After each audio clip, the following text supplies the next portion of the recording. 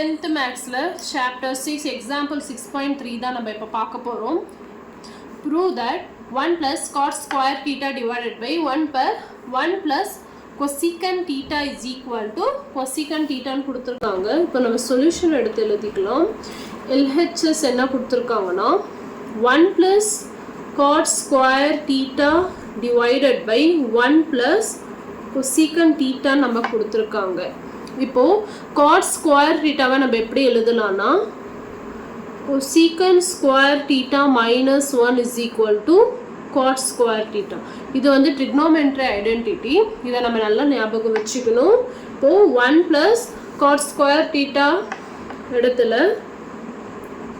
cosecant square theta minus 1 divided by 1 plus cosecant theta.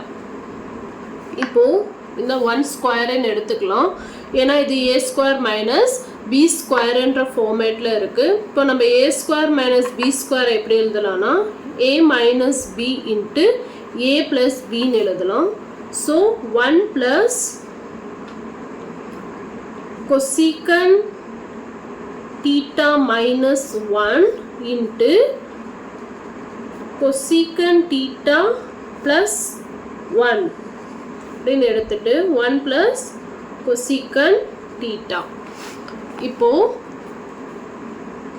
1 plus cosecant theta and cosecant theta plus 1 cancel ஆயிடும். Remaining நமக்கு இருக்கிறது 1 plus cosecant theta minus 1. இந்த plus 1 minus 1 cancel ஆச்சுன்னா we get cosecant theta.